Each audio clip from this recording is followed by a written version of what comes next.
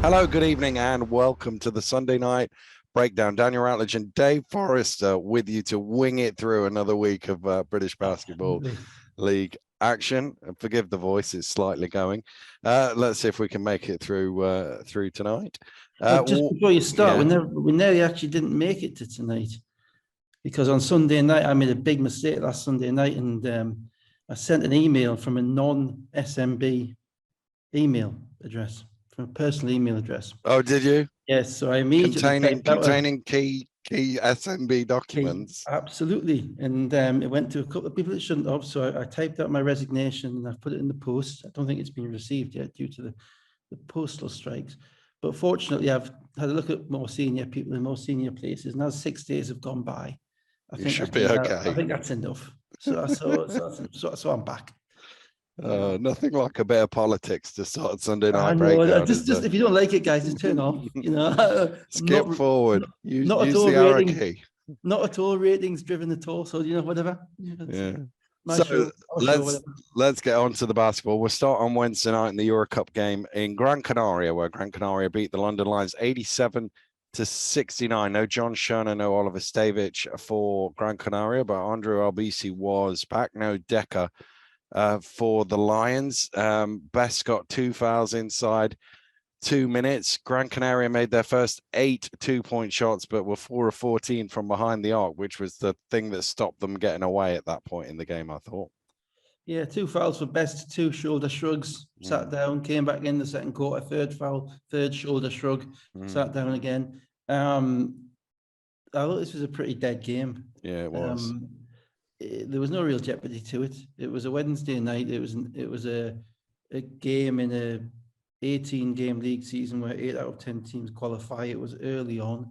There was nobody in the gym, very few fans, and it was a little bit monotonous. It was a little bit going through the motions. Both teams, I thought.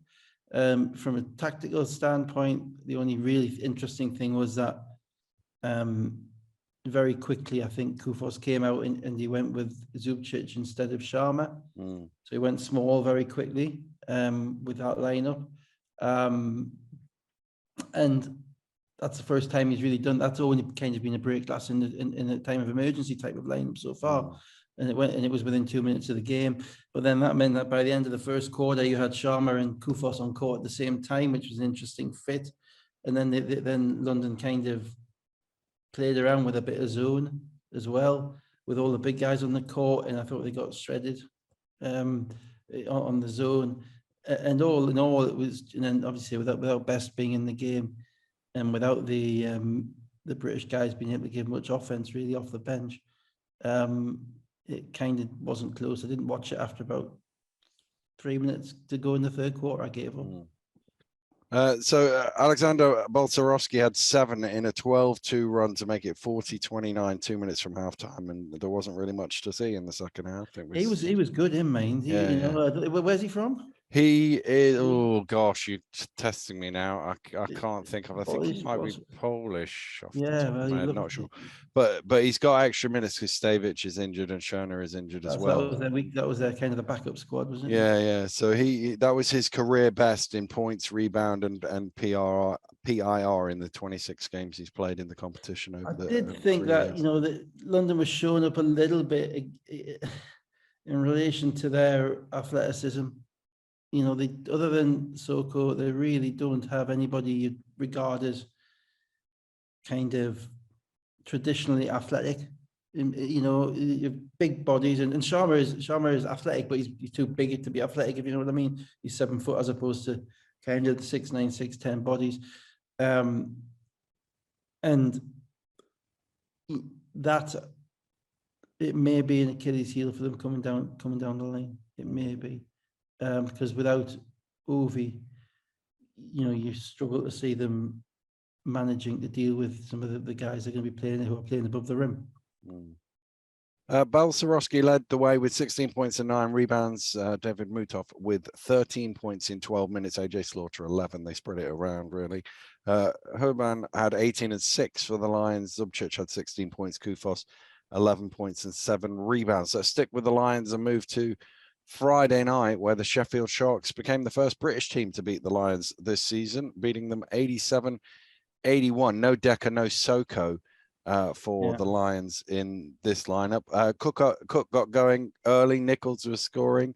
Zubcic was having some mismatches at the other end, but Sheffield scoring really freely, 19-12 up after 5.5 minutes. Yeah, Sheffield jumped on them. Like to be honest, like they were meant to, but they did. You know, they won 3 in a row. They're confident that they've kind of solidified their roles. And London, obviously, with the schedule they've had Friday, Sunday, Wednesday, and not in Spain, but actually 2 further hours further away from Spain, and in the Canary Islands, and then back into Sheffield on Friday night. It was always a scheduled challenge for them. I think that's fair to say.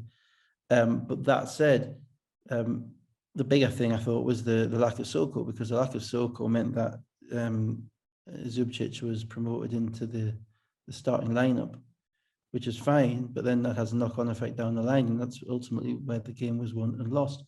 Don't want to just talk about London, because obviously Sheffield are just tough to talk about because of what they are and the way how consistent they are. But the difference with Sheffield when they're scoring the ball inside as to when they're not is just night and day. Yeah. Night and day. If Cook, Oganyemi, and to a lesser extent, Delpesh are impactful down inside, then that just opens everything up for them, because they're good at getting the ball down low.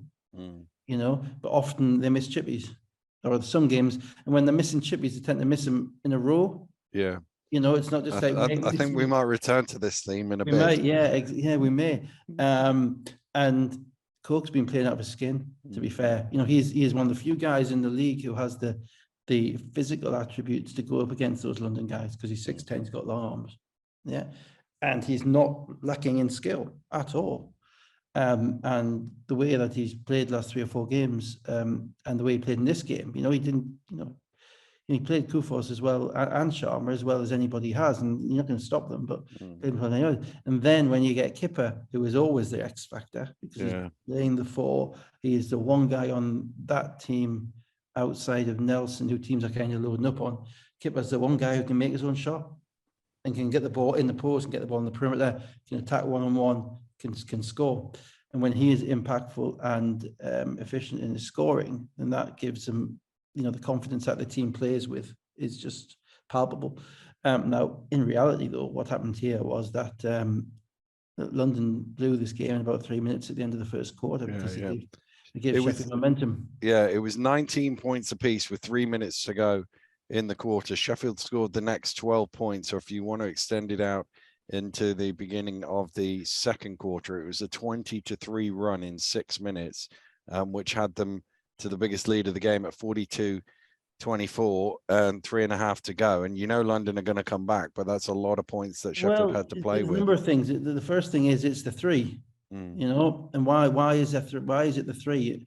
Well, the 3 leads to the 20 because there are at least 3 or 4 runouts in that 24, 3 or 4 uncontested layups.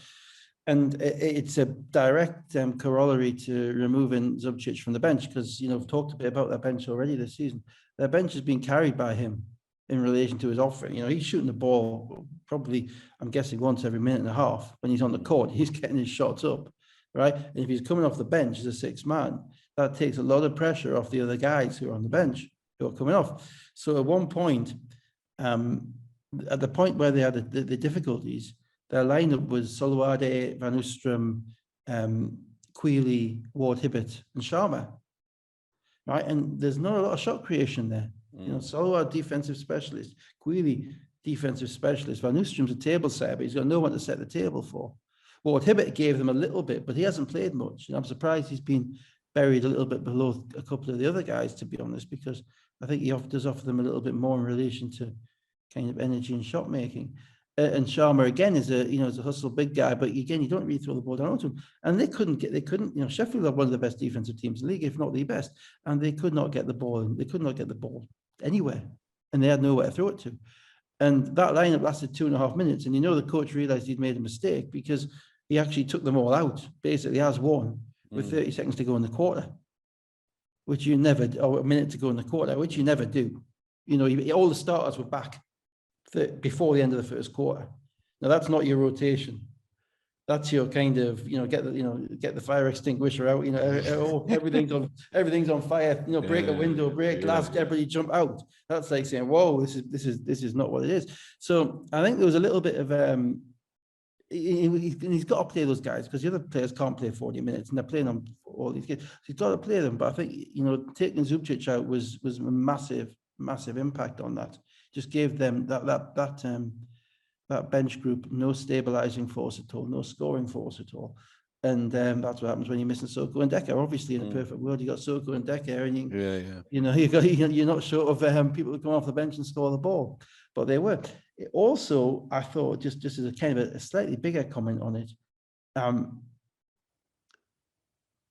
that team could have used Patrick Whelan or somebody else. Some other British players who've played in this league who are impactful scorers. And I know London basically have made a thing of not signing anybody from the BBL. They haven't signed a player this year who's played in the BBL any minutes basically at all, apart from the ones that were already there, like Ward Hibbert. And I think that's a bit hubristic. I really do. I think that looking at the group that they've got there, I think there are 2 or 3 guys in the BBL that they could have gone and got, and that they've chosen not to. I say Whelan. Whelan's just a name I'm throwing out there as being, a very, very talented British player in our league. And there are others. And they chose not to. And I think they may be needing to rethink that a little bit in future, because there are some, there's no harm in picking the best. There's no harm in picking the best, from elsewhere. To be honest, we did it a bit when we were in Newcastle. If you've got the draw and you've got the pull, then don't underestimate the level of the league and the guys that are playing at. So that, as you say, by the time that gave Sheffield momentum, which they carried into the second quarter, and batting 18 points in the middle of the second quarter against a team like Sheffield, you're in a 50-50 game then at best, even though you're going to make a run. And they did make a run. Zubcic and Urban got it back down to 5 with a 15-2 run, 44-39. That was kind of the story of the game. Sheffield were able to sort of go score for score, and it would bounce between sort of 8 points and 12 points right until the end of the game. So if we spin it forward, London were down 10 with 3 minutes to play. Yeah. Urban gets it back to 81-77 with 1:25 to go. Nelson, tough elbow jumper, 55 seconds to go, 83-77. Zubcic replies, 83-79. And then the play of the game at the end there, where Syed Nelson comes in similar to the shot that he had previously, but he gets blocked from behind by Urban. Gets the ball back, steps underneath and scores off the glass, gets fouled. London go absolutely ballistic, particularly the bench, that it was a travel. But I slowed it down to quarter speed on Synergy. And what happens is he gets his shot blocked, he lands, and then he gets the ball. So that which he's entitled to do. If he'd got the ball before he landed, even though it'd come out of his hands, it would have been a travel because he started and landed with possession. But the fact that he'd landed means he's able to get the ball back, just as if somebody had just blocked it. Well, I mean, there's 2 things on it. Firstly, Nelson had a hell of a game because when they were struggling, when they were trying to get baskets, he was able to keep them ticking over. And he does have this kind of 18-footer as well, which he can go to when teams are fed up with him driving past them, and he pulls up, and he used that at the end of the game really well. Also, it was the first game, I think, that London didn't really have a defensive switch at any point. They didn't. And that's because of the minutes that they were playing, because if you look at it, after that first run in the first quarter, the British bench guys basically got buried. Queally played 5 minutes. Solowade played 4 minutes. They were riding the starters basically a lot of the time. And the third thing, there's third thing out of 2 is that what a player Herban is. I mean, he is. I'm nice, sorry, isn't he? Yeah.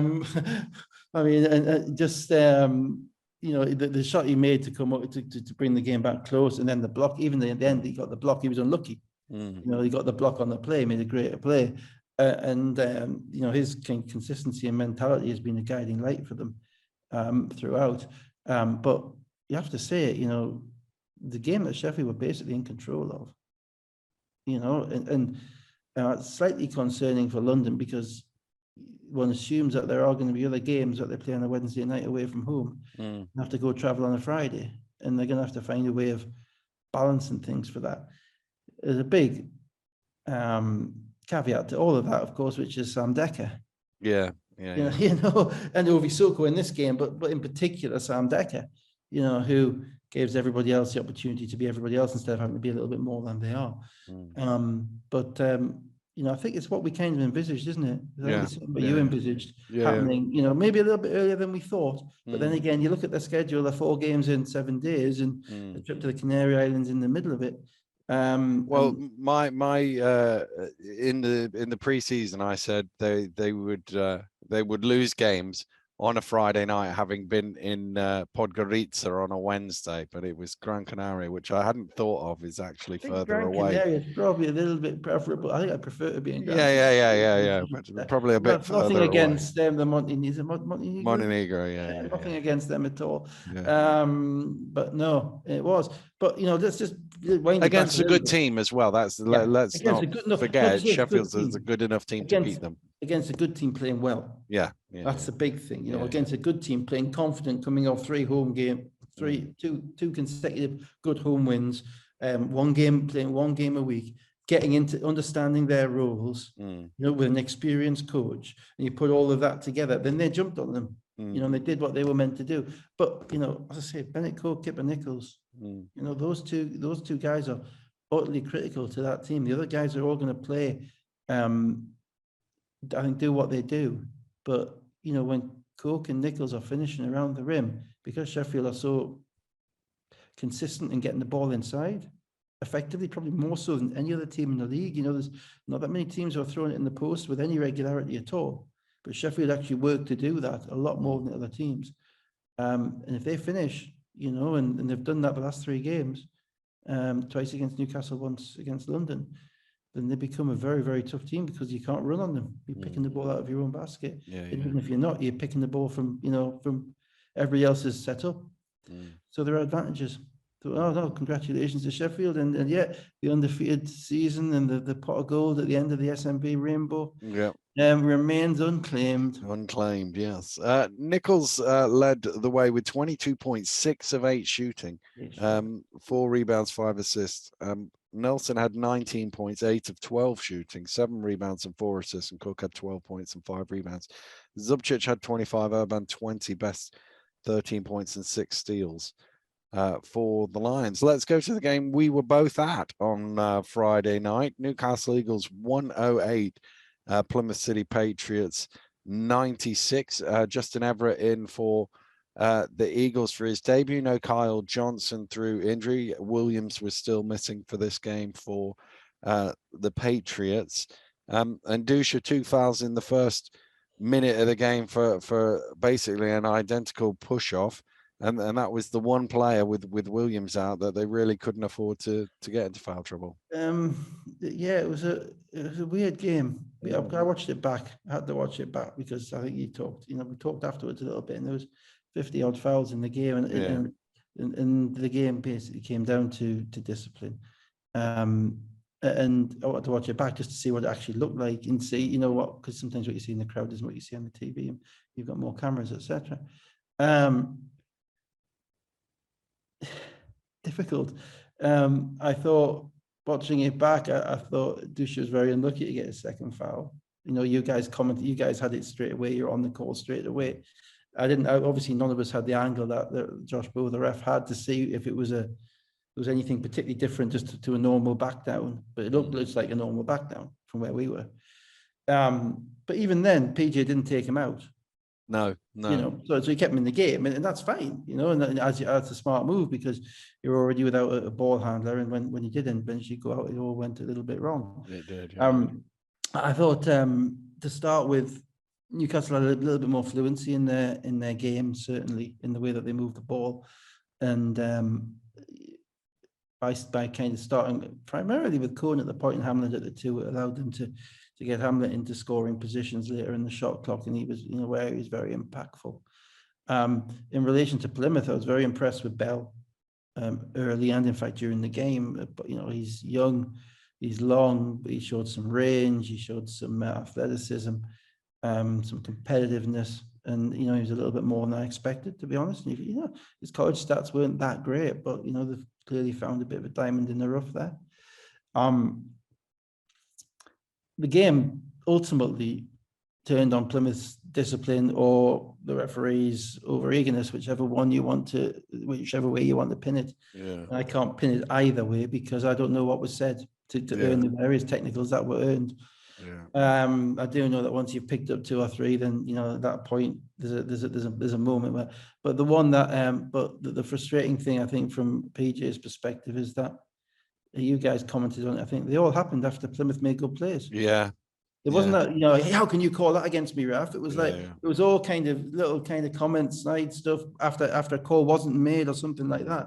And the referees eventually got fed up with it. And Elvisis was the one that killed them because, he's played the whole first 12 minutes. He's quarterbacking the team. I think he was a positive in this game. He was +5 in total. And he gets a ridiculous technical with 2 fouls already.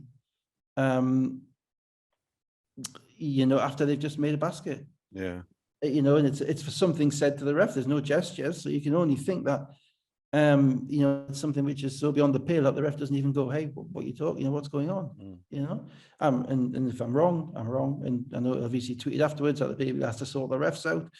But ultimately, you can't put yourself in the position to pick up a 3rd foul at that time, because when he picked up his 3rd foul, Newcastle's energy picked up because Plymouth didn't have a natural ball handler.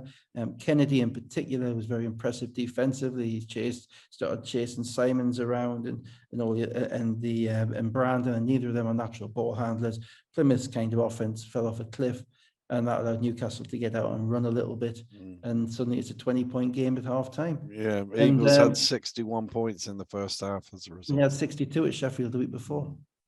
And the Eagles made some shots. Kennedy again, Kennedy's a bellwether for them when he makes shots and he's aggressive. They look like a different team. Hamlet was basically unguardable without fouling. And but even with that, Plymouth had enough offense and enough continuity to stay in the game if they hadn't took themselves out of it. It was one of those things where it felt like the game was over, and then you looked up and you went, actually, it's only 10 points here. They've somehow it's a 60-40 game though, isn't it? It's a 60-40, 80, 70, 90 to 80. So the run can happen. And I thought that, having watched the game back on the video, my view of it was that it wasn't particularly poor refereeing. It was 2 teams who were playing basically poor defense.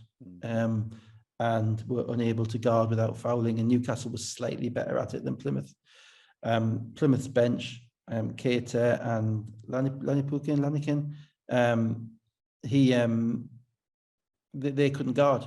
They literally. I mean, there was a point I think Drew Lasker said or Ant Rose said on the commentary where he's guarding Defoe in the post straight up. It's just like it's going to be a foul. The one who fouled out, Keita fouled out on, he played good defense on Hamlet, and then he comes down, hits him on the elbow as he's shooting the ball. And he would never have made that shot. And they have to be better than that. Defending without fouling is my big theme for this year at this point, because I think the better teams do it. Yeah. And having watched subsequently the Sheffield London game that we've just talked about, it was a far cleaner game. Yeah. It was a far better played game because teams weren't doing dumb stuff. And I'm afraid I thought both teams, and Newcastle in the second half, Newcastle's starting 5 was pretty good, but when they had to go deeper in their bench because Mockford didn't play in the second half. Johnson is committing ridiculous fouls, not just fouls, not just fouling. They're fouls which you're just watching, thinking, what are you doing? 18 fouls in 4 games. Yeah, but I can live with giving your body up and giving fouls up for the team. I can live with that. It's when the first play of the game, Dusha's having to make a very tough turnaround spin dribble move on Cohen, and Cohen's right there, and Johnson just runs into him. The only thing actually the refs didn't get right. Probably a few things didn't get right, but the one thing that actually frustrated me in the game, and when I watched it back, was there was a foul towards the end of the 3rd quarter where Kennedy went to the line, and Everett went to the line, and they then moved Kennedy to it. And the ref who called the foul was the newer ref. And the foul was actually on Everett. It was on the baseline. Bell threw Everett out the way. And then the two other refs, after they've signaled the foul and there's all been the normal kerfuffle, the two other refs go around and say, "Oh no, it wasn't him. It was him." I think they came to the table and checked that one. Well, I don't think they should have gone to the ref who called it. Yeah. Because Kennedy was cutting for the ball. Yeah. But it was Everett on the baseline who was fouled. Yeah. And it just struck me as pretty bad mechanics, and they can take this away if they want, that you've got the two refs who didn't make the call, because I didn't know what the call was to start with, and had to watch it back. The two refs who didn't make the call are deciding who's shooting a foul shot. And actually, it should have been the guy who was fouled knew he'd been fouled and he was stood in the foul line. Yeah. You know, so that was kind of a one for the connoisseur, that, but slightly unusual. Outside of that, Plymouth will obviously be better when Williams is back, and as he is now. Newcastle will be better for Everett. I think Everett impressed most of us as being someone who can come, who's got a bit of game. He had out to the 3.9 and good length and good size, which is certainly what they've needed. They've needed to get a bit bigger. But I thought the defensive discipline of both teams, and particularly in the second half, was pretty poor. And the mental discipline of Plymouth, they basically just self-combusted. And Simon, Simons was quite kind of fortunate that the cameras didn't follow him all the way to the locker room, because that's a couple of the gestures he made as he was walking about 4 feet past where I was sitting, and would not have reflected particularly well on him. 2 hours of basketball it was. 2 hours from tip it's a long trip. You got to get your money worth. Yeah. 21-22 the foul count in the end. 58 free throws. 31-22 or 21-22. I've got 21-22 right. down. That's about right. And then T's all over the place. Simon's got 3. And was ejected because the first one when he was on the bench, but it was him standing up doing it. And as I say, they did get it to sort of 10 in the fourth quarter, but never any closer. Newcastle always had enough options to score, and if they didn't, they got to the free throw line instead. Hamlet had 31 points, 16 of 17 from the free throw line, 6 rebounds and 7 assists. Kennedy had 19 and 8. He was 4 of 6 from 3-point range, and Conan Defoe both had 12. Hassan had a very Rashad Hassan stat line: 26 points, 9 rebounds, 12 of 14 shooting. Bell 17, Simon 17, Dusha 16 points and 9 assists. Basically, just to summarize it, Newcastle weren't disciplined or together or good enough at this point in time to keep Hassan from doing what he does. It's not easy, but it's possible. And Plymouth weren't exactly the same in relation to Hamlet.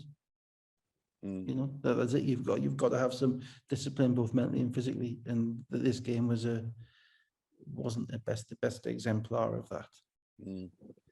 So, my full disclosure is the next 3 games I've leaned heavily on the condensed version of the, which is very good, by the way, all the baskets, and gone to Synergy for short spells. So there might be gaps in this. My full disclosure is I've watched every sodding minute.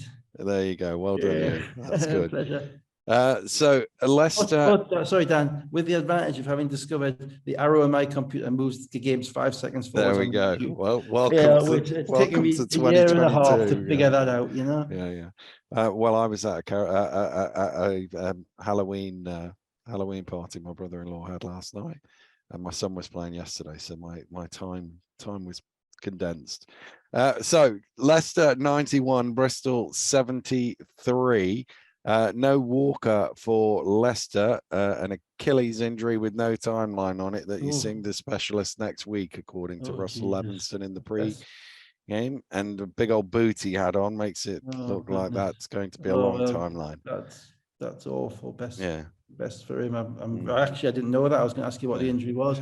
I'm absolutely gutted that, because he's been playing great and properly, if you know what I mean. We're really been playing great, and that's Achilles are awful. I've seen we had a couple, and I was around them, and it was just mind numbing. It just really kills the it kills the environment, it kills the mood, because there's no such thing as a short-term Achilles injury. No.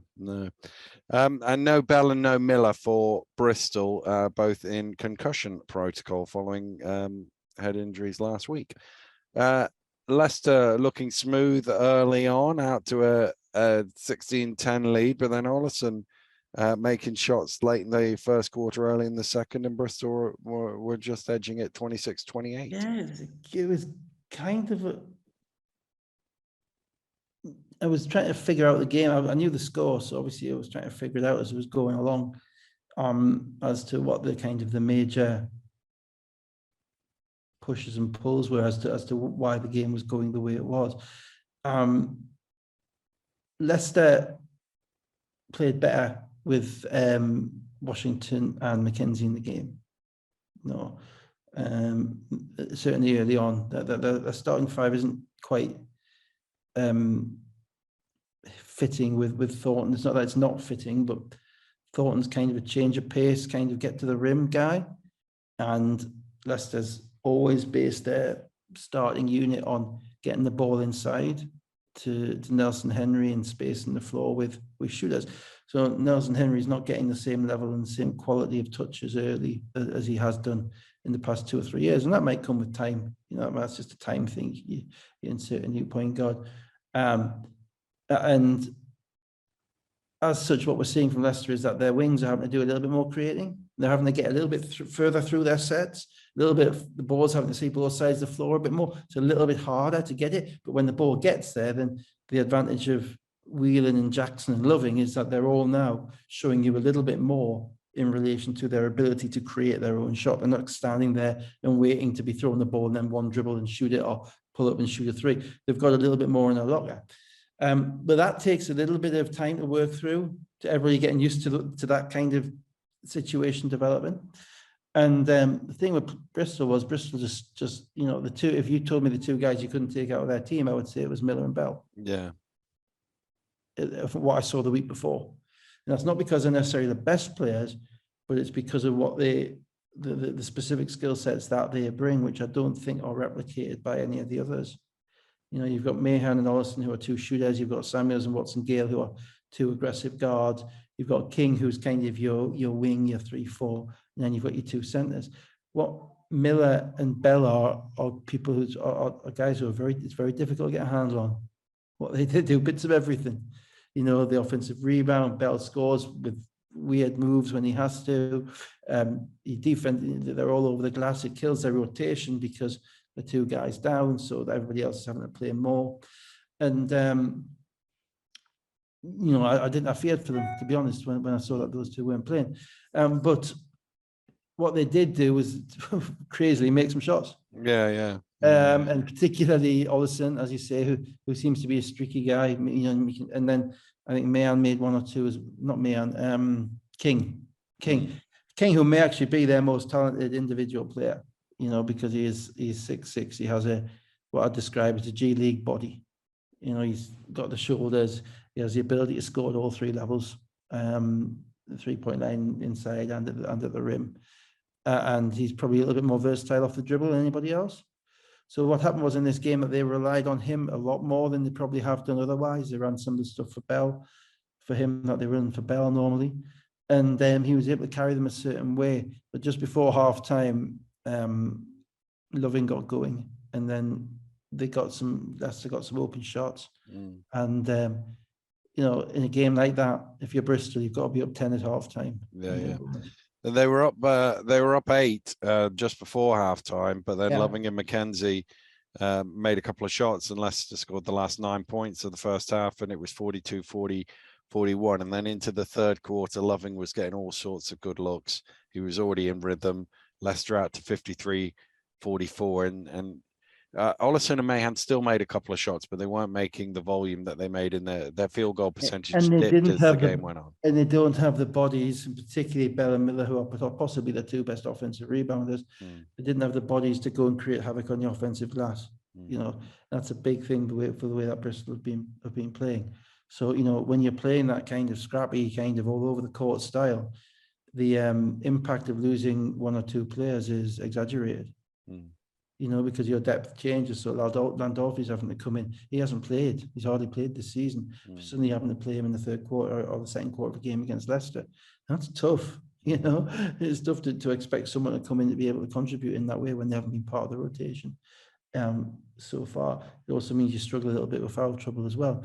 The final thing is, of course, if you remember, you know, after the game against Bristol, I kind of did a little bit of a side eye at, you know, at what was going on in Loving's head in that game, because he seemed to be all over the place.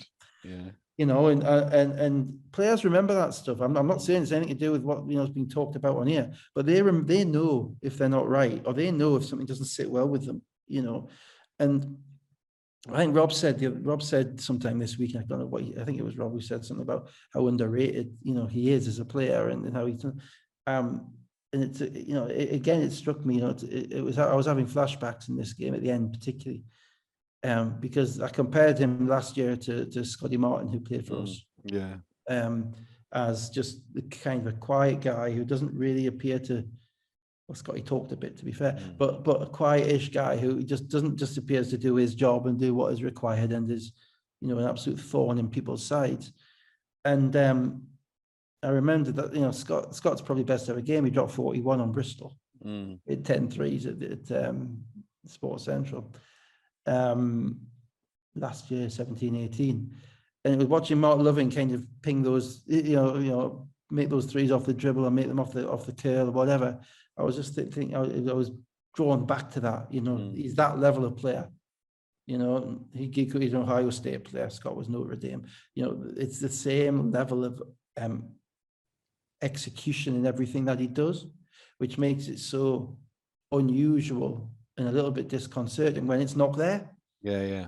You know, when guys set that level, you know, he does go into the radar, and we didn't, and because of the Crandall, you know, to a certain degree, it's the Crandall show last year.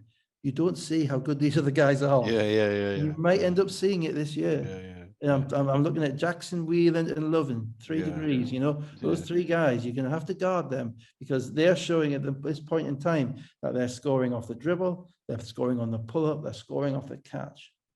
You know, and Leicester is probably a better group for it. They're not as, it's probably a little bit harder for Nelson Henry, and it's going to be interesting to see what they do now that Walker is gone. We'll talk about the Sheffield game in a minute about that. But you know, these guys are still good. You know, offensively in particular. Well, Loving had 34 points. He was 13 of 17 shooting, 6 of 8 from 3-point range. Jackson had 12. They only had 2 players in double figures, but they shot 54% as a team. King led Bristol with 24 points and 12 rebounds. Ollerton had 18. They also only had 2 guys in double figures, but shot 26 of 72, 36% from the floor. And that is a massive difference between the two. So let's go to Saturday night. Surrey Scorchers 66, Cheshire Phoenix 76. No Ray and Steele. I did see somebody, was it BBL Fix? Somebody said, what do they do in training? And the response was MMA or something, because they seem to just have a rough spell of it over the last. Well, I tell you something, they've got that building has got every sport, every rehabilitation opportunity going for them. You know, just across the road from across the corridor from a 50-meter swimming pool. You know, which the likes of which has not seen in any northeast universities. I'll tell you that. And you know, you have to drive through about 12 acres of land before you get to the sports park. So they could probably do a few cross countries, you know, on the manicured turf of Guildford, you know, to get themselves healthy. And if they can't do that and they need to stretch a bit, they can always climb that bloody rock wall as well. But Carly is as he was on a short-term contract. He's gone to Morocco to play in the BAL, and Quincy Taylor is back for the Scorchers. It's an interesting one, because for the more modern fans, and certainly he predates SMB. Quincy Taylor was one of the most aggressive, not athletic, but one of the most offensively aggressive scoring guards that we had in this league, and he caused us fits. I'll be honest, at Newcastle, because he had, I think, certainly 1 year at Cheshire, maybe 2 years at Surrey. And he was able to control the tempo of the game primarily by having a step to get to the rim and also having a 18-foot jump shot, whereby if you went anywhere near, if you weren't where you were meant to be coming off a screen, it was just automatic.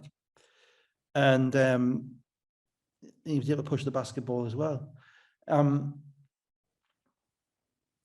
That's a good pickup. They needed a point guard. Yeah, they desperately needed a point guard. And he's not like he's been doing nothing. His career's done quite well in the meantime. He's played in proper leagues. So that will help them immensely. It might change them a little bit. And this game was far too early for this game. Yeah, they got the games the wrong way around this weekend. If they really wanted to be playing the Manchester game on Saturday and the Cheshire game on Sunday, for reasons that we'll talk about. But he'll change the way he plays because he's a little bit more ball dominant than Lloyd normally has, as a point guard.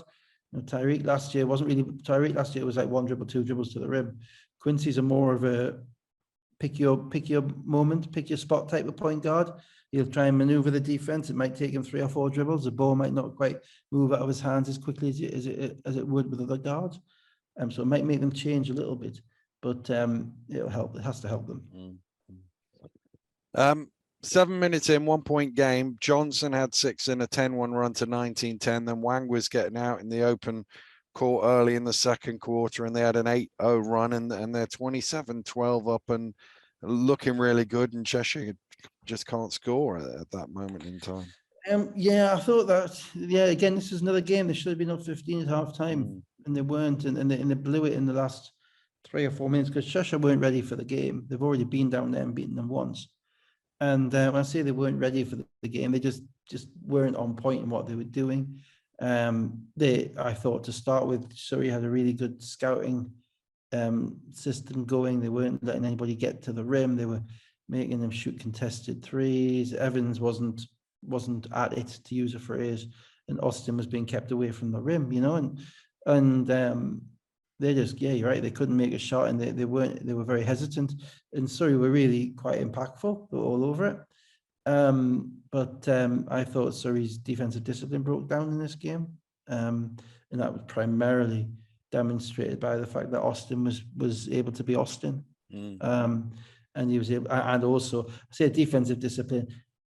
Prior to half time, I think they turned the ball over 2 or 3 times in a row for runouts, which is an absolute nightmare when you play defense and you're holding the team at 25 and a half, and then you give them 6 points just on layups because you can't make a pass in the half court, And I thought that kind of got Cheshire going a little bit. And from that point on, Surrey's offense, to say it's spluttered, would actually, I was driving a car at a place called Whitemare Pool in South Tyneside 3 weeks ago, my car, and my engine didn't splutter. It absolutely comped out. It's still in the garage now. And that's what they did. They comped out. You needed the green flag to come along and tow them away halfway through the fourth quarter, because like they did with me, quite exciting getting into the front of a van, mate. There you go. This is not very exciting when you find out what the cost of a new engine for I should imagine Ford Focus is. And I just thought, Cheshire squeezed the life out of them. And it was primarily Larry Austin. Larry Austin did what Larry Austin did. He took the game away with the force of his will, his ability to get to the rim, his ability to finish. But I was left at times with my kind of head in my hands a little bit at Surrey's defense on him. So Austin, a couple of Austin drives in Evans 3, as you say, to end the half, made it a 7-point lead when it probably should have been 15. And then Austin led an 11-2 run in the third quarter, which put Cheshire in front. And then around the final break, Will Neighbour had 7 as they scored 15 points in a row to lead 54 to 70, and that was pretty much. Will Neighbour was getting those shots the whole game. He just wasn't knocking them down in the fourth quarter, And he's a tough cover, Will Neighbour, when you're trying to keep Larry Austin and Marcus Evans away from the rim. Covering Will Neighbour out on the 3-point line is not easy. But Surrey's offense, it was Quincy's first game, and that's why you give them a pass, because you can't bring a guy in his first game. And he wasn't quite finishing at the rim the way that he wasn't. He had 20 tonight, I think. So, that will change. But I just thought that outside of that, and without Jalen Ray to give them some scoring and Josh Steele to give them some scoring, what are they really? I mean, Johnson's playing the 5, but he's pretty slight for a 5, so they're not going to overpower teams. They've got a new point guard who's learning the stuff. So you basically need Wang to go off and score 35 and Dobbs to knock down every single 3-point shot. And neither of them have shown that they've quite got that. They're both new to the league as well, So I was disappointed that Surrey couldn't hold it together. I thought, maybe 2-3 weeks time, maybe that's a different result. But if you're up 14 and 15 in the first half, the team can't score, you got to jump on their throat, and they didn't. Johnson led Surrey with 16 points and 6 rebounds. He was 6 of 8 shooting off the bench. Jack Domney had 11. Taylor was 2 for 10, 4 points, 9 assists though. Austin led Cheshire with 23 points, 12 rebounds. Jack was very efficient. Yeah, that's actually right. I forgot about him, but he actually made some impressive plays without being ball dominant. He hardly touched the ball, but he had turned up with 10 or 12 points. And it's the first 14. kind of sign. Yeah. 14, 6 of 7 shooting. Sorry. It's kind of the first sign of life we've seen from him. And when you get into kind of your second or your third week, coach is looking for a sign of life from you. So that was good for him. And it's very, very good for Cheshire. We'll see how they move forward with him in due course. And Neighbour had 11. So let's go to Bristol Flyers 71, Caledonia Gladiators 93. Obviously, Bella Miller still out. No Ali Fraser with a foot injury for Caledonia. Bell actually started. Bell did play, but he played 2 minutes and hurt his hip. Oh, I missed that, mate. That's the problem with watching it in chunks. Part-timers.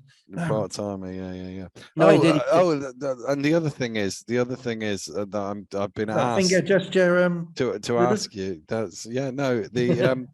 I've been asked via Twitter. Andy Callum wants us to discuss the coaching divide that now exists in the league. With Gareth Murray making the switch to a rather smart suit. So the suit people and then obviously Kapoulis is in his club polo and I was always I have to say I was always a scruffy as you could get away with type of coach on the bench. Gareth loses a point or two because he wore the same suit tonight. Now obviously you've got Ryan Schmidt straight out of the NBA or G League, who is dressed to kill, James Bond like every night. And if I was kind of in that environment, I wouldn't be trying to compete with him, to be honest. But then again, you've got Gareth with a lot of kind of it's tough because now you've got Darryl sat next to him on the bench. I mean, you've literally got 16 feet of beard. And and you've got that kind of William Wallace stuff going on, but you've also then got the suits, the tan suits as well. And you wonder what kind of look he's going for. I suppose the thing is the if I make a case for the club polo shirt is you can get the sponsor's name on the. You're not putting the name of your local dentist on the back of that nice Gareth Murray suit, are you? Well, I mean that's true. That is true. And it changed in the NBA. The NBA obviously it was mandated up until the COVID year, and then when COVID, everybody starts saying, "Why are we wearing these suits?" So they all wear polo coat, and none of the coaches want to change now because it's a kind of a comfort side of it. I think if you go back to or even every final we played in, you'd get an email from the league a week before saying coaches etc. have to be in suits. Every final apart from the last one, I was in a polo shirt, and I never got fined or even told off. And I think that to be fair, in home games it was polo shirt and tracksuit trousers. Finals, a proper pair of trousers. Often, occasionally a belt, depending upon my level of personal fitness at the time. But proper shoes. But I'm more of a polo shirt person. Plus, but you go into Bristol and then you get on a bus and then you go into, you're driving 2 hours probably that night down to Plymouth and you're landing in a hotel in Plymouth at 1 o'clock. And you take. I think they did it the other way around. I think they stayed in Bristol and then went down. Did they? Oh, right. We used to do it the other way. We used to do it. Flanoy was always, we're out of here. Let's get on the bus. Get there as quick as we can and deal with it when we're there. But there you go. No, good question. We'll keep an eye on that for future. I think he's probably, him and Ryan are the only two, I think, at the moment. Rob occasionally puts a suit Rob on. occasionally puts a suit on, and Vince obviously could put anything on. Yeah. Literally anything. But that's it. You know, Mark Stuttle's certainly not a I haven't seen him in a suit and tie yet. And neither Lloyd's a polo shirt person. Yeah. Tiba's a polo shirt person. PJ is as well. So yeah, I think maybe 777 do a deal with with Savile Row tailors and all the coaches get measured up for like £1,000 suits. I'm quite sure that would change a few minds. Yeah, I'm sure it would. They got a wedding as well to go along with their job. Yeah. The other important question, while we're on the important questions of the league, was Joel went with the Glads as a shortening of Gladiators, but I feel like we need a contraction for Caledonia Gladiators, but I'm not sure about the Glads. What do you make of the Glads? Who was it? Glad all over. Yeah, we're Glads all over. You could make a song. You could. What do I make of it? No, too happy. The Glads. I think you've got to come up with something like. I think you weren't quite creative, and I'm thinking this off the top of my head, by the way. And no, we do not talk about any of this rubbish beforehand. I'm thinking you have to use a number of different synonyms for gladiators. You know, like swordsman or that makes it longer though, doesn't it? No, it doesn't matter. But you call them different things. You call them different. I don't think you actually shorten the name. Yeah. You know, maybe throw in a centurion if they get to 100 points or something. You know, I don't know. Find a way. But no, I think they are the Gladiators, and I think we are stuck with it. Yeah. I'm afraid, and you will be when you have to broadcast them. Indeed. So let's move on to the slightly less interesting bit of the game. Nothing really in the first half. Basically trading leads. Biggest gap was 5 that Bristol held briefly, and it was a 1-point game at halftime, and it all turned at the start of the third quarter. Yeah, well, Bristol, I thought, were playing on fumes, to be honest. I don't think they were, one of the things we'll have to do at Christmas, somebody on Twitter can do for us, is work out what the records are in games whereby a team is playing its second game of the weekend against a team who's playing its first. And then you can take that one step forward by the team that's playing within 24 hours again of the second game against a team that's playing its first. Because, in BBL terms, it's a pretty significant competitive advantage. We always found that you'd always play well in the first half of the second game because you guys were in a rhythm. But in the second half, the legs would effectively go. And it doesn't, and fans, you won't really see it because it's not like players suddenly can't run up the court. It's just that little bit of quickness in that movement, that little bit of lift in the legs, which means a shot goes in as opposed to a shot is a little bit short, And I thought that's what happened in this game. I thought Caledonia started off okay, to be fair. Gareth has a prototype BBL team there. He really does. He has a slithery, quick scoring point guard. He has a tall, lights out shooter, 6'5" in Adams. He has 2 physical specimens on the wing with Bailey and Onras. He has a 6'10" center who's just going to rebound and clean stuff up in Tabe. Then he's got a bunch of good Indigenous players in Fraser, who obviously wasn't there, but Fraser Malcolm, Johnny Bunyan, Kyle Jimenez, and he's even got Baldwin. Yeah. And so that really is, positional wise, they are, they're quite a solidly recruited team. And, and their Jack in the Box is Sloan, who was announcing himself. I mean, he announced himself against Leicester with 32 or whatever he had, 35 or whatever he had. But what impressed me in this game was that he did it again. And rookies generally, if they have 35 one game, they're not at that level the next game. Now, actually happened today instead of yesterday. But the fact that he is already somebody you have to have a specific scouting report for. And a lot of it is going to be getting the ball out of his hands. And what I like about what the Gladiators are doing is that they don't just play with the ball in his hands. Gareth actually moves him around. He has him coming off screens. At times he effectively becomes a two guard, and Adams is a point guard, and Sloan's coming off screens on the wing, looking to attack, pull up and shoot the three or whatever.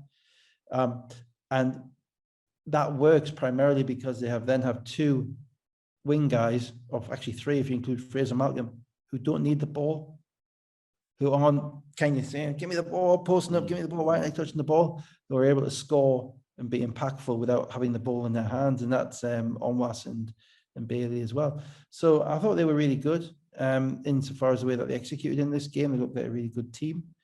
I just thought Bristol ran out of space, ran out of bodies, and losing Bell again that way was hard.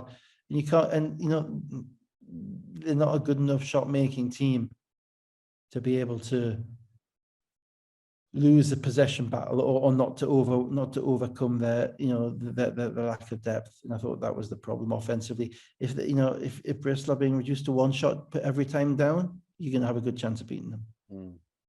Well, I'll get to that in a sec. Yeah. But the start of the third quarter went almost wide open three, Sloan twice to the basket, timeout, Bristol 8:43. Sloan open three, baseline out of bounds. Sloan open three, sideline out of bounds, 38-52, before Bristol had scored a point. They then get a point from the free throw line, but Andrea scored his second time out inside 3.5 minutes in the third quarter because they were 39-54 behind, and that was basically the game. Yeah, and at that point, you just try to get something from your guys. But you have to remember, you know, VJ King has gone for 24 and 12 at Leicester. You know, I'm guessing 35 minutes. You know, there's not much left in the tank. In comparison with another team that hasn't. Yeah. And that's the biggest thing. And when you take out the fact that, you know, their rotations are impacted and their effectiveness is so impacted by the two guys that they are missing, who've been absolutely pivotal parts of everything that they've accomplished early on. You know, I'm just really kicking myself. I didn't have a few quid on it, really, because it sounds so obvious now. Yeah. What happened. But, you know, credit, I mean, you know, look, Sloan was that was in 2 games he played at Sunday. In that game, he was playing at MVP level, league MVP level. No question. No, he was not guardable by either of those teams, by Leicester or by Bristol on the road. Whether that's continuable, whether he's able to deal with it as teams adjust to him, and there are ways of adjusting to him. Particularly teams are going to have to be up on the screen and roll on him. They're going to have to be maybe trapping, but certainly hedging hard to slow him down, to get the ball out of his hands. Whether he can adjust to that, whether he can be consistent, I don't know. But he's showing kind of that level of talent. King once again led the Flyers, 21 points, 8 rebounds. Watson Gale 17, Samuels 13. Bristol were 35% shooting from the floor after 36% the day before. This one is purely for Ampro, because we have this argument on our journeys to and from games. 16 offensive rebounds, 7 second chance points. So basically less than half a point an offensive rebound. Give me the first made shot anytime. Well, you can wear teams down, but got to be able to finish. Yeah, at some point in time, you got to be able to put the ball in the basket, haven't you? Yeah. Sloan 27 points, although 23 shots. Slightly more efficiently, Onwas had 20, 8 of 9 shooting and 7 rebounds. Adams 16, Bailey 13 and 14 rebounds. 58% from the floor, 11 offensive rebounds, 14 second chance points. Take that. More than one at a rebound. I'll take that. Often that happens, you know, because you know where your shots are coming from. Yeah. The other thing is, if you miss a lot of threes, your offensive rebounds are often long offensive rebounds, right? Which means that it's harder to score from them because you haven't reset your offense. Whereas what Caledonia were getting was, you know, people going to the rim. You know, Onwas was rebounding the ball under the rim. Sloan was going to the rim, and if he was missing, Tape was able to put it back. These guys are getting their offensive rebounds within like 5 feet of the basket, and that's why you're going to score. So let's move to today's games, starting down in Plymouth, where Caledonia were in town. Plymouth City Patriots 93, Caledonia Gladiators 85. Antonio Williams was back for Plymouth, although not fully healthy and clearly on a minutes restriction. Patriots with the first 7 points of the game, an early timeout for Caledonia, and this was the archetypal BBL second game of a weekend when you've won by 20 the night before. Yeah, with a young team, with a team who hasn't seen it before. Firstly, I'm not, I don't think it's a good look.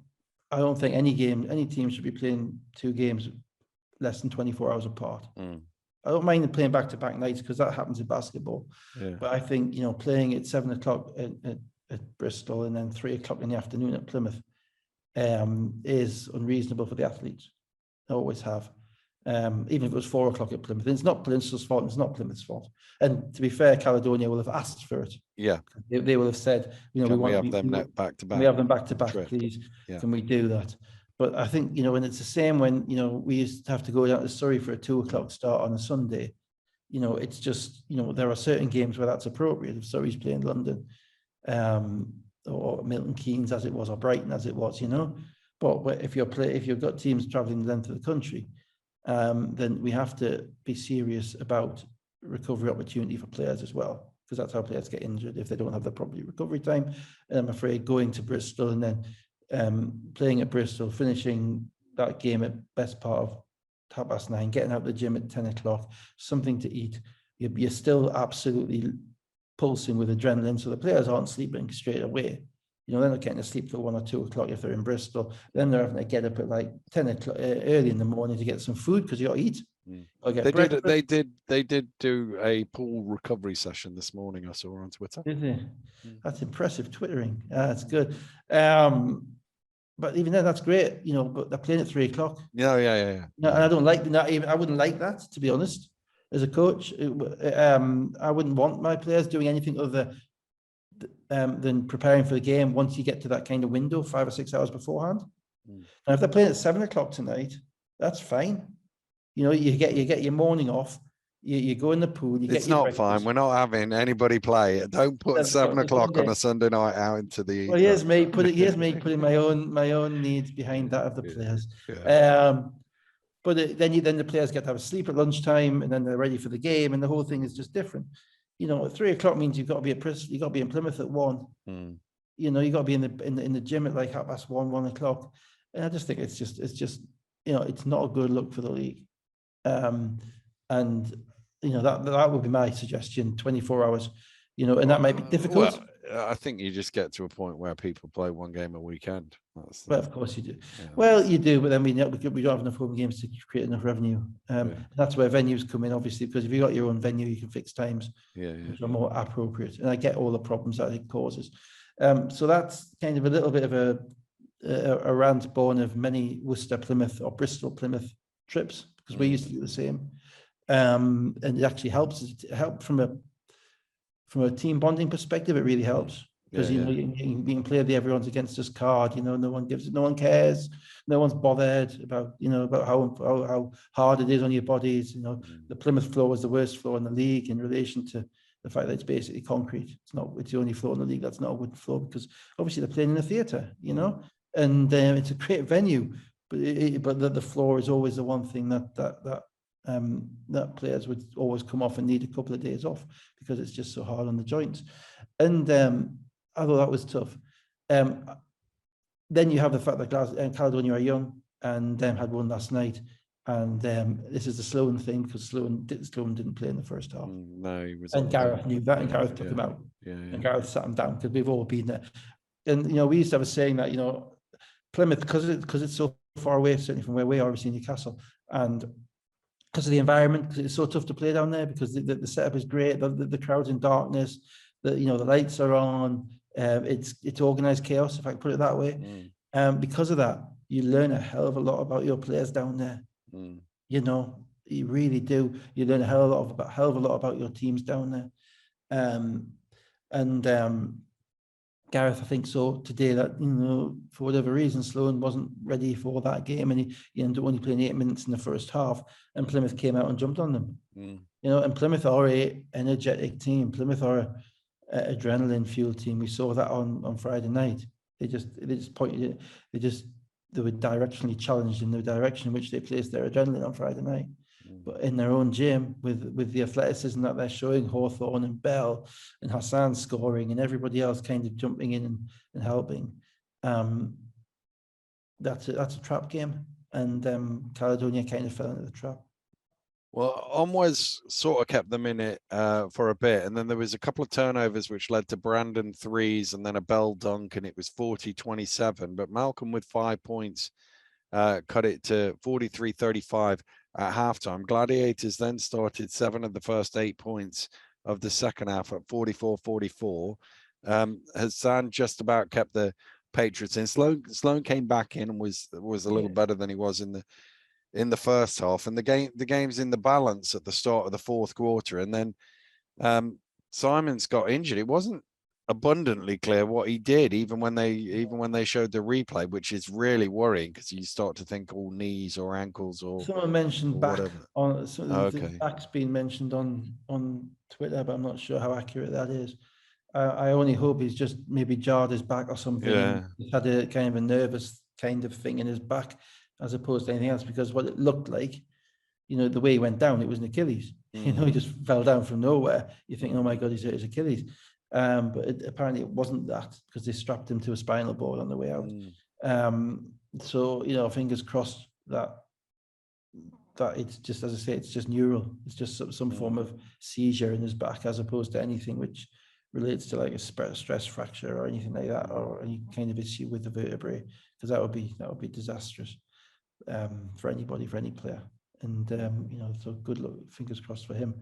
A long delay in the game to get him off, and you wonder how that impacts, particularly on Plymouth, because it's their teammate that's on the floor in that situation. Gladiators up 2 with 8 minutes to go, and then Plymouth scored the next 13 points to go to 79-68. Yeah, I think it probably kind of helped them, because I thought they were in danger of running out of steam a little bit, Plymouth, just in relation to their scoring. I thought Caledonia were getting easier looks closer to the basket. And I think it allowed Plymouth to kind of refocus, which helped them. Also, obviously, it gives Caledonia a bit more time to rest their legs, which is, that might have had an impact as well. But who knows? I mean, it's just pure speculation.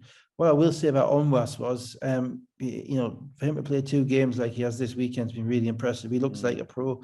I went back and Googled him and had a quick look at where he'd been, and he's done a couple of years in German Pro B and been pretty effective there. And he just looked like, he's got a pro's body. I was watching down in Plymouth, and I was reminded of a guy called Dante and Nicholas. Okay. Who played. He wasn't exactly the same type of player, because he wasn't quite as chiseled as Onwas is, but always seemed to get to the foul line, always seemed to be around the ball, kind of a wing guy, always seemed to be able to finish when it mattered, and always had that kind of look of, don't mess with me. And he kept them in this game in the first half, and he's doing it coming off the bench, to the point whereby I think Gareth started him in the second half. And his offensive game, I think, is something which might keep them going in certain, when the guards are going to be up and down. But he's the only one. The guards are all rookies. He's a pro. He's been a pro for like 4 or 5 years out of college. I think they'll be leaning on him pretty heavily, because Tape is a rookie as well. They got 4 rookies in him, and I was really impressed with him in this game. But they didn't have enough. And Rashad Hassan is a modern wonder.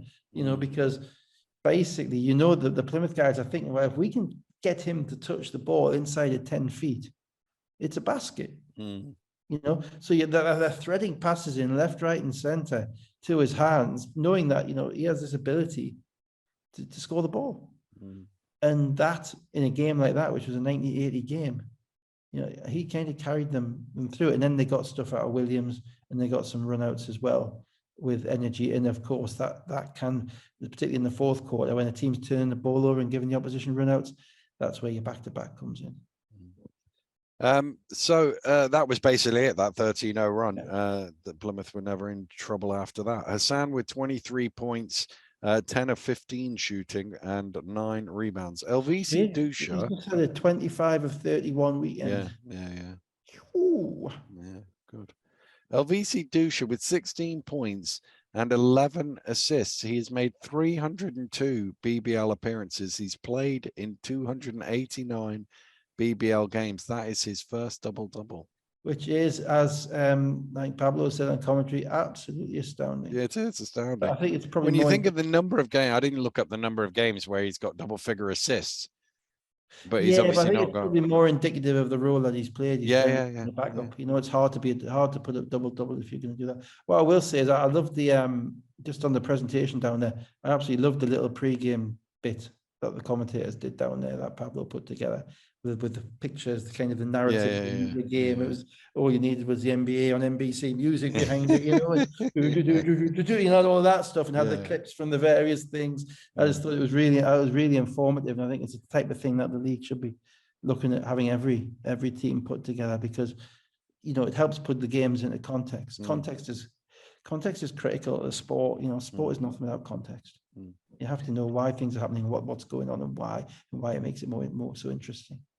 Issa Brandon had 14 points, 5 rebounds, and 6 steals. Williams, by the way, 8 points in 20 minutes on his return. You mentioned the foot injury with him. I don't know. That's all I heard. I heard some mention of foot injury. Because Paul said at the beginning he's injured. He wouldn't give it away, and then he went, "How's your foot?" Or something like that. This is what I've experienced. BBL watchers I like trawling for clues. You know, it's like a little Miss Marple there. So some form of foot injury. That's not good playing on that floor, because that floor's hard. You know, so a foot injury is most likely a bruised bone or something like that, as opposed to a ligament. So I can understand why they would have him on a restriction. But you might have to play now if Simons is hurt. On was 21 points, 33 minutes off the bench, and that's pretty much starter minutes. Sloan 20, 18 of them in the second half. Bailey had 15. They were 5 of 25 from 3-point range. That's the other thing about back-to-backs. You know, let's have another stat about how the teams shoot in back-to-backs. How many 3-point shots? How many foul shots? You just think I have nothing better to do than go out and dig out your stats. I'm throwing it out there. But who else is going to do it if it's not me? I wouldn't do it from now on. You know, I don't know, somebody. You know, if we want to have a stat though, fine. I have a second stat though, but whatever. But no, that just on a kind of a. You know, it's what I'm sure there's somebody in the clubs will be looking at this, because we're getting more into that kind of information technology way of managing games, and it's something that teams need to look at with their scheduling.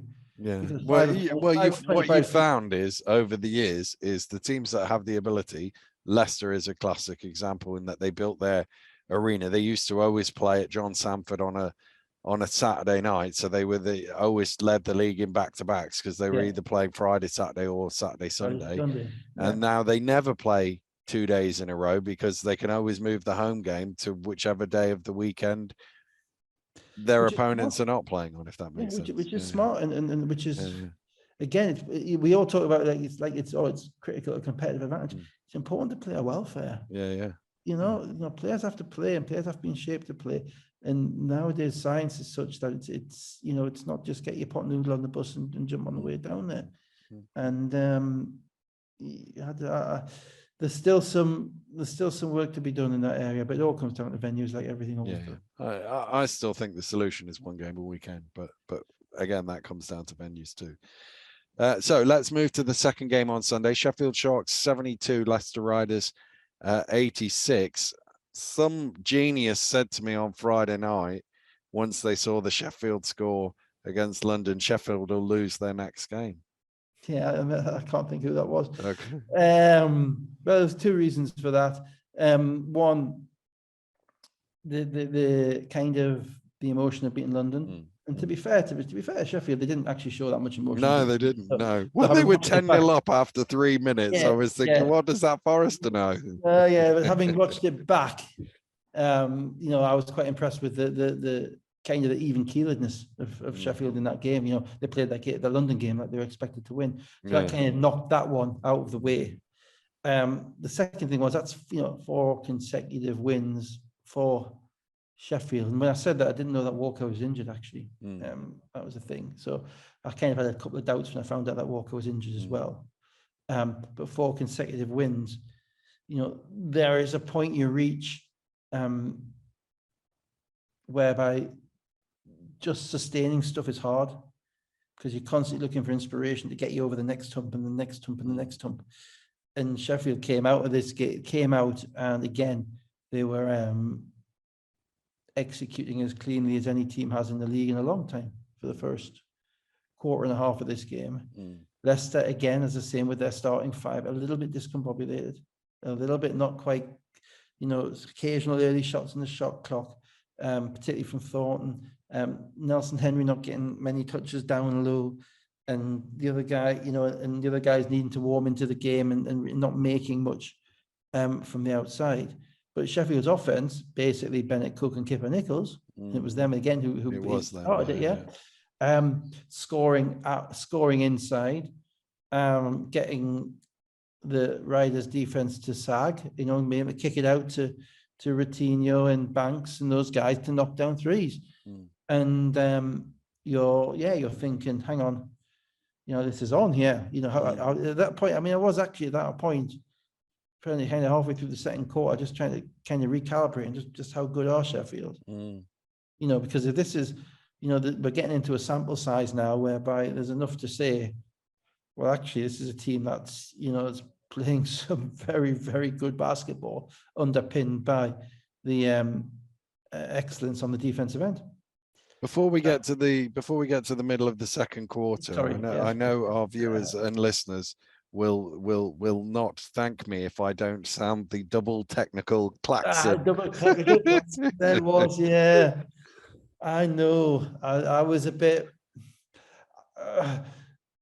I didn't actually. I think I might have been clicked over to the other game at the time. Yeah. But I did see kind of the remnants of it. It looked like Banks is a bit of an instigator.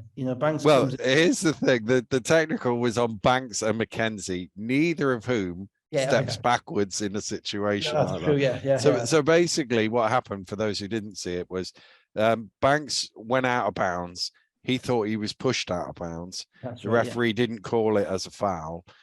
So it's a Leicester ball because he's just walked out of bounds. I saw that play, thing. And then McKenzie comes running over to take the ball off him so that he can inbound the ball. And Banks doesn't want to let him have the ball because he's still looking / talking to the referee. And then there was a bit of a scrum over the ball.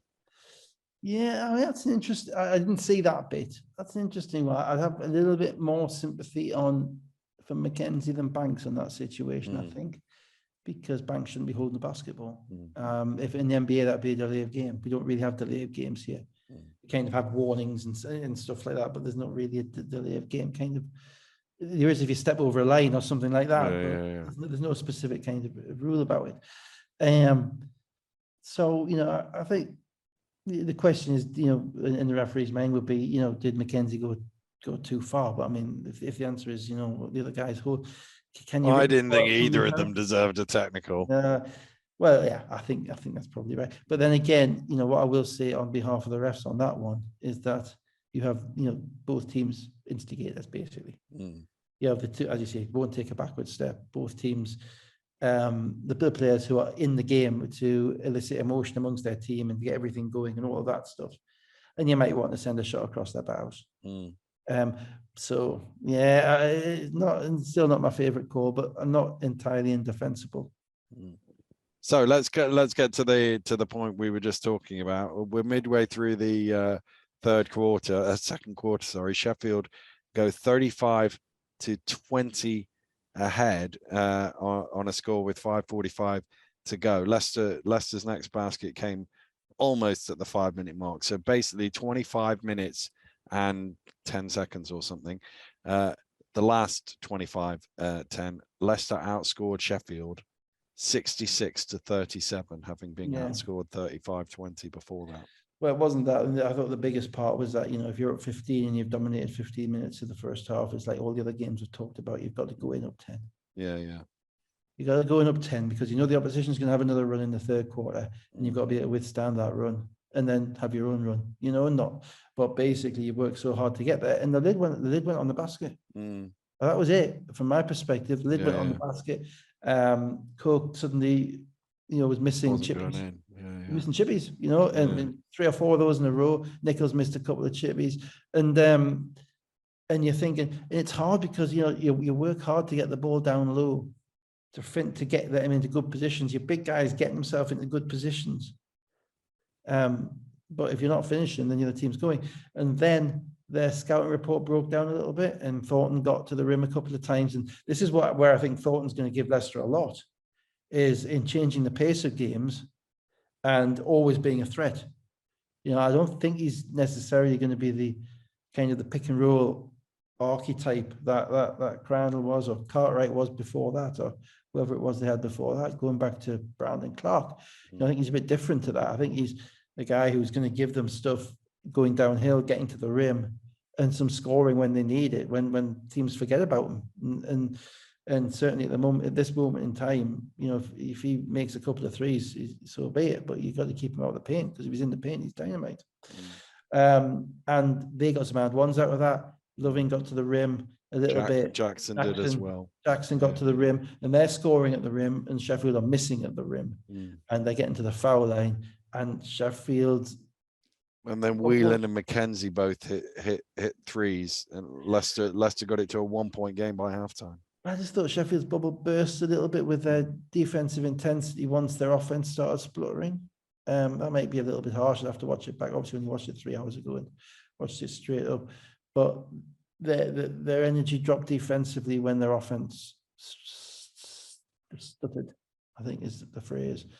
And that continued into the second half. Now, the interesting thing from Leicester's perspective in this game is, because if they're going to have to be playing without Walker for a period of time, basically they're playing the same way, but Adekoya comes in and plays a 5.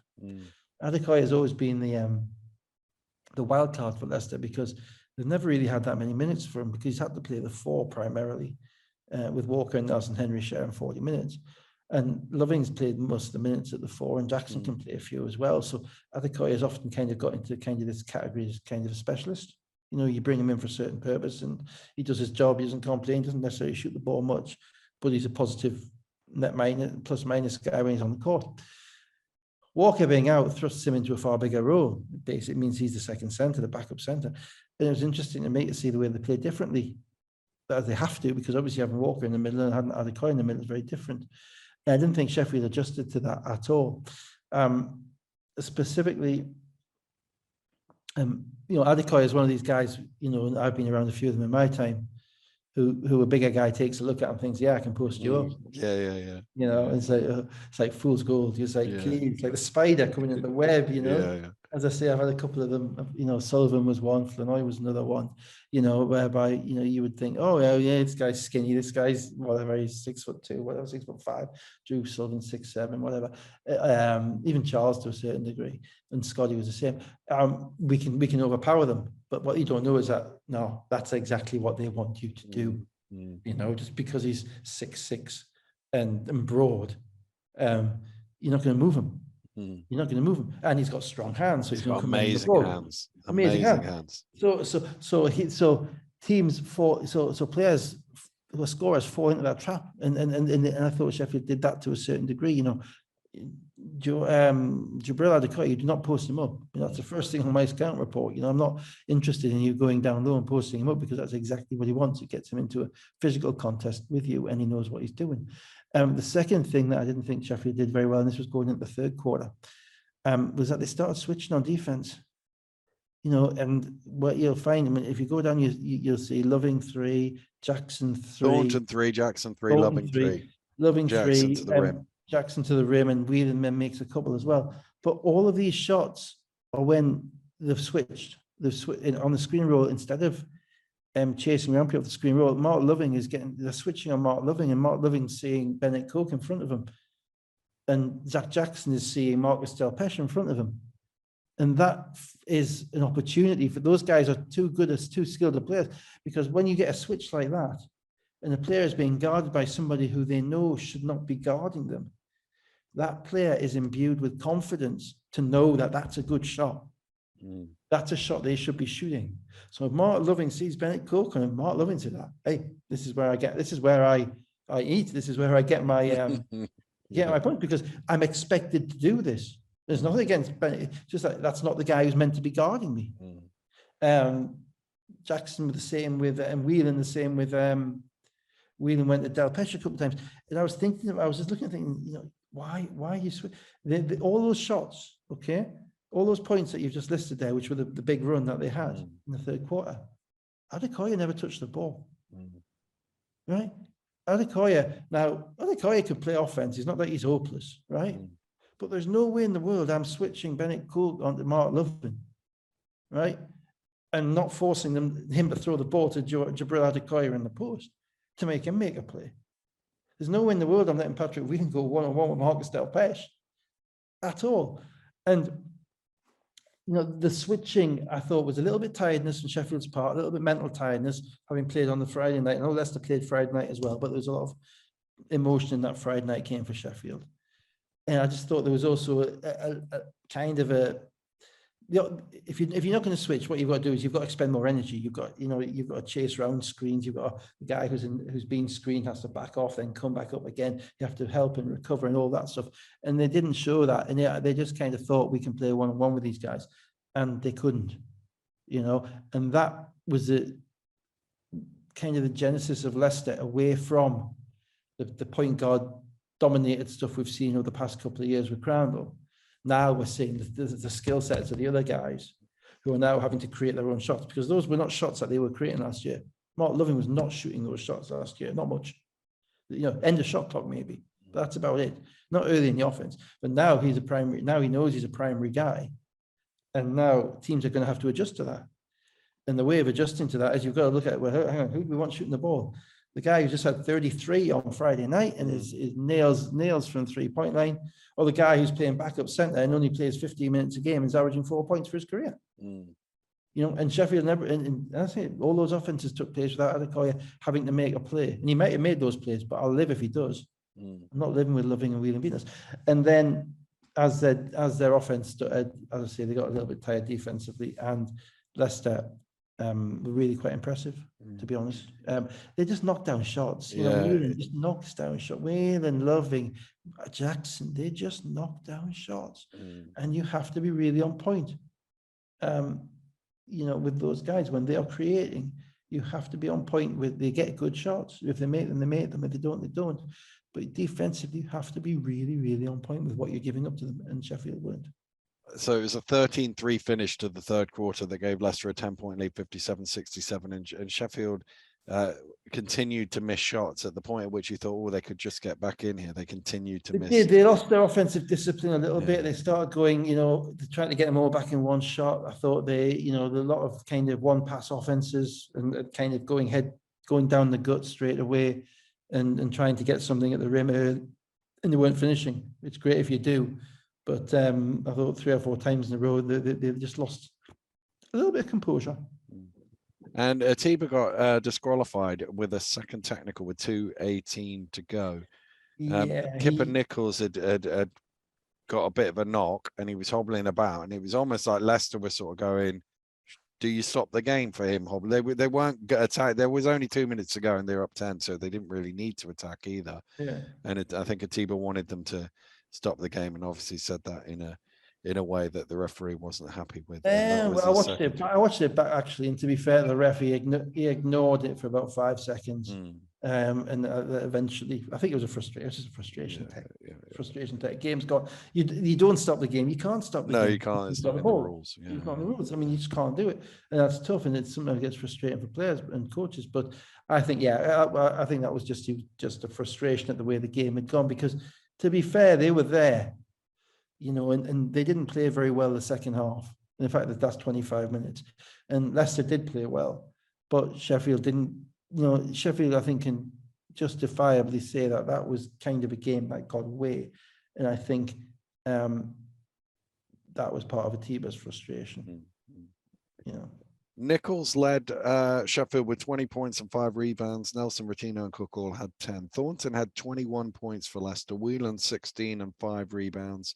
Loving 15 and 10 rebounds. Jackson 15 points as well for 7 of 10 shooting and 6 rebounds. Leicester with 10 of 23 from the 3-point line. We talked about Adekoya, no points, 2 shots, index rating of 3. plus minus of plus 24.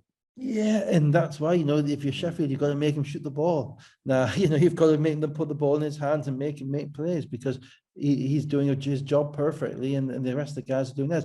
The Thornton numbers are interesting as well, because that's a really quiet 21 points. And there's nothing better for a coach than a guy who gets a quiet 21.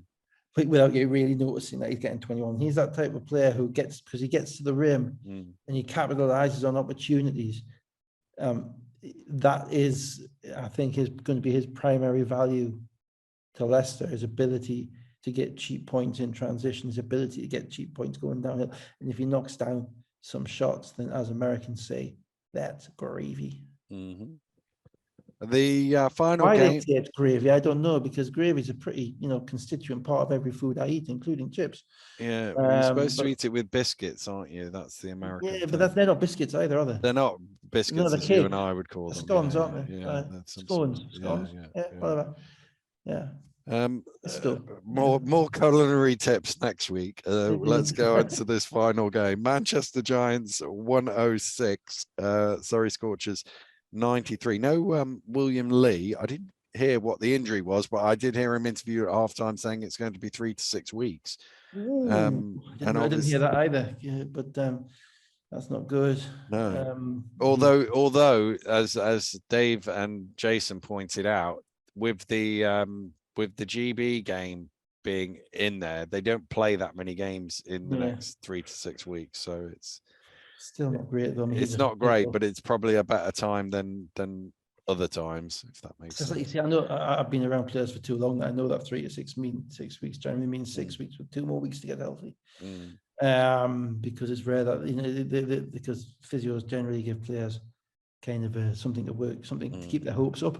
Generally, but it's not normally. But then get very scared when the player wants to come back too early, because the player then gets re-injured. It's all the physio's fault. No, but that's troublesome for them. Yeah. Surrey obviously had the same absentees as they had the day before. Giants led early on, and then Fletcher and Robinson hitting threes. They scored 11 in a row. They're out to 26-14 and looking good at that stage. Yeah. I was maybe it was because I was a bit weary from all the other games that we've watched. But this game had an air of inevitability about it, and it wasn't due to kind of the inadequacy of Surrey, because I thought Surrey, give a pretty good account of themselves for what they've got at the moment, and it wasn't due to lack of kind of enjoyment in watching Manchester, because Manchester are a particularly entertaining team to watch. It was just a little bit weird. I just felt maybe a little bit, maybe something to do with the fact that I was watching a bit on recap because I'd taken 15 minutes out to eat my Sunday dinner, which I actually cooked at the same time as watching the Leicester game, which is pretty, and that did have gravy. So I don't know. It just seemed that I thought both teams were defensively quite sloppy, and I thought that Manchester had more weapons, and their weapons really handled themselves really well. Fletcher ran the show. Dirk was Dirk. Which is all you need to say, really. Taj Green is becoming was Taj Green type of player, and all the rest of the guys. Nate Robinson stepped up, made some shots, and you never felt that they were in jeopardy in the game. But Surrey, with Quincy getting more used, you saw some Quincy getting more used to the setup and where his shots are going to come from, and partly due to Manchester's kind of lackadaisical approach to the scouting report in relation to, Wang and Buzumbru, who they didn't guard particularly well the whole game. But Manchester, you got the impression it was because they always felt they were going to win, they were going to score enough. Yeah. Wang and Taylor had threes that topped and tailed a 11-0 run to make it 43-41 just before halftime. Dirk then had 8 in a row and an 11-0 run in the third quarter that put Manchester back up by 12. A couple of threes from Dobbs got it down to 8 with 8.5 minutes to go. And the one bit that you said you never felt there's any jeopardy on it. The one bit that did make me feel, there's a bit of jeopardy on this, was with 8.5 minutes to go, an 8-point game, and Green it was a bit of a wrestling move almost, wasn't it? A bit of a clothesline across the Well, it face. was. I mean, clothesline is exactly what I wrote down at the time. Mm. Actually, I didn't write it down. It was in my head. It was a clothesline. Mm.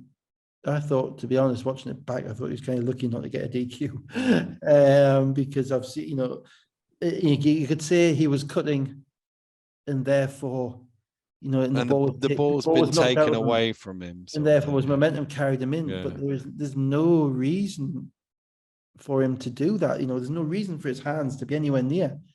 I think it was Dobbs or whoever Dobbs, it was. yeah, Dobbs' neck. Dobbs, yeah. I mean, why, that's just not a natural reaction to it. Mm.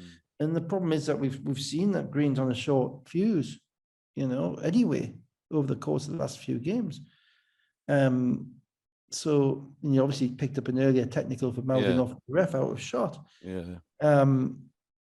So yeah, I thought, watching it back, I thought it was pretty ugly. And as I say, it looked worse on replay than it did in real time. Absolutely, yeah. So and disqualifications do matter, because if you get disqualified from unsportsmanlike attack, you don't get a ban. If you get disqualified for a disqualification foul, and you lose a game. Yeah.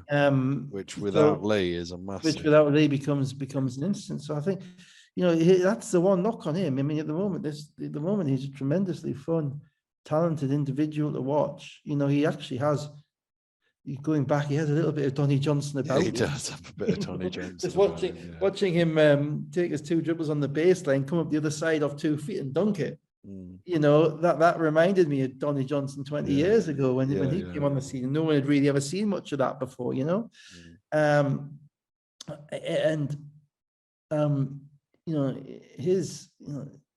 his mindset is going to be the only thing that holds him back, and you can't do stuff like that. That type of stuff loses your jobs. If you want to play at a higher level, you want to earn lots more money playing the sport, then you don't want to be getting a reputation as someone who does stuff like that, because coaches at the higher level will just find somebody who can play just like you but doesn't do that.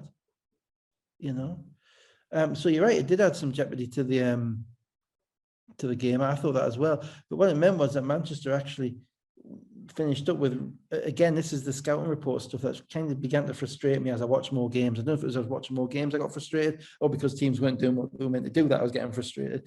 But Robertson was playing the 5 at the end, because they had Williams, Fletcher, Robinson, Lewis, I think, in the game. So basically 4 guards and Robertson's basically a 3 playing the 5.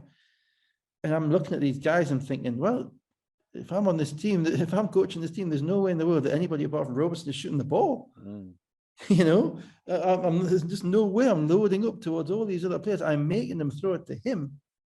I'm leaving him so open that they have to throw it to him, and then I'll take my chances. And if he knocks down shots, then I'm happier with that than I am with Nate Robinson and Fletcher and Fletcher and Dirk Williams beating us. And none of that happened, and just like the way that, Manchester forgot about the scouting report on Bazumbru halfway through the second quarter, there was no thought, Surrey didn't have it in them to kind of focus on where the threat was and throw a couple of spanners in the works, because Manchester were comfortable because they knew those shots were always going to be there. I watched Fletch for years. Obviously, I've been around Fletch for years, and know when he's comfortable. You know when he knows what is going to happen. And every time Surrey came back and made a shot and got close, Dirk dropped a 3 or Fletch dropped a 3. Because they knew they could get their shots anytime they wanted. And Robinson as well. Robinson made some shots as well down the stretch. He did, and that's interesting because at the moment he's out playing Corey Johnson. And they're basically playing for the same minutes. Him, Nick Lewis, and Corey Johnson. There's not that many minutes to go around. There might be a few more now. Lee's out, but they're playing for the same minutes. And Robinson's kind of the youngest. He's obviously just out of college, and kind of a little bit shaky to start with, but now he appears to have found his niche and understands, well, hang on, I'm a shooter.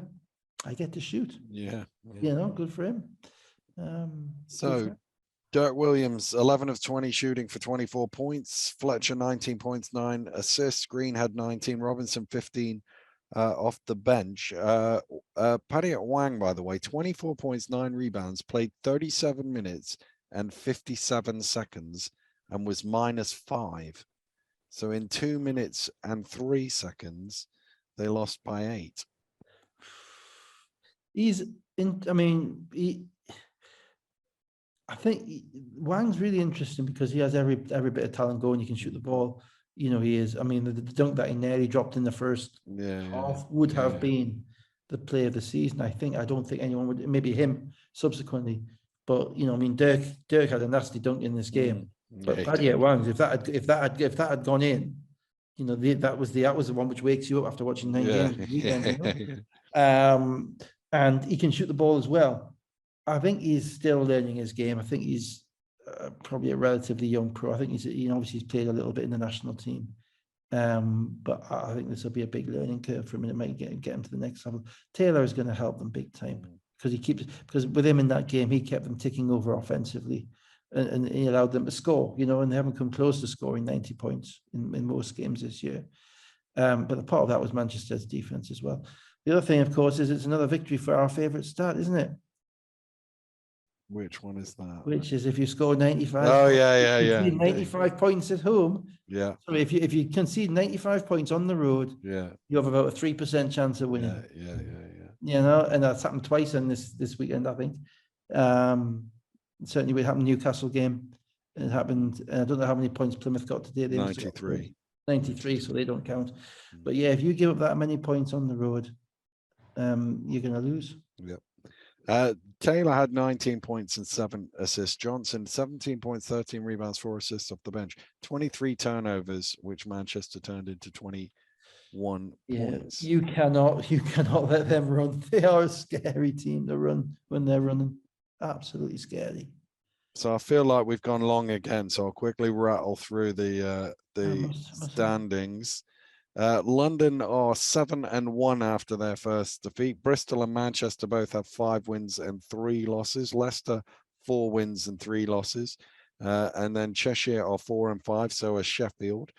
Caledonia and Plymouth are both 3 wins and 3 losses. Newcastle have 2 wins and 5 defeats, and Surrey still looking for their first win. They are 0-6. But you would say that London, Manchester, and Leicester are basically at this point in time that the teams that you're most confident about as being the best teams. So that probably fits. There's a couple that we're not sure which way they will go in relation to Bristol, Caledonia, Cheshire, maybe. Sheffield are going to be solid. They're going to be probably in the middle, probably just between that top group and that middle group. You know, if I had to pick a team to finish in the top 4 with those other 3 at the moment, it would be Sheffield. Newcastle are going to get better with Everett. Surrey are going to get better with Taylor. It's going to be very few wins out there, very few easy wins out there this year, particularly wins on the road. So we'll see. We will indeed. Oh, hang on. Well, GB update. We know now. We know how we create stuff with GB, don't we? Yeah, we do. You know, all we got to do is someone posts a bit of gossip. Yeah. This time it was Dave Ryan. Post on his website, post some gossip about the suggestion that there's going to be no GB national team age group teams next year being talked about loudly in certain quarters, and you get a response within 4 hours on Twitter. Although it was a sort of "we're going to respond next week" response. Yeah, it was a response which wasn't denying basically the truth of the story, albeit it wasn't saying it's necessarily definitely going to happen, but it wasn't saying it wasn't being considered, which then led me to make some snarky comment about not knowing who the coach is for the GB game in 3 weeks' time. And then, would you believe it? 2 hours later, there's a press release. Yeah. You know, so I think we've begun to develop an area of influence. Chipping away. Us. I think we're called influencers now. I mean, so keep going. You guys below the rim, Sam, Nita, everybody, get onto these people. Let's get the truth out there. Let's uncover the Trussite Instagram pictures and find out what's going on underneath. Anyway, so that I regarded that as a little bit of progress. Yes, indeed, it is a little bit of progress. Playing, but I mean, a little bit of progress. Keep fighting the good fight, people. Yeah, and on this shocking revelation that Dave and I might somehow be influencers, we need to park it for a week. We will be back next Sunday to do it all over again, but have a great week. We'll see you next week. Goodbye. Thanks, guys.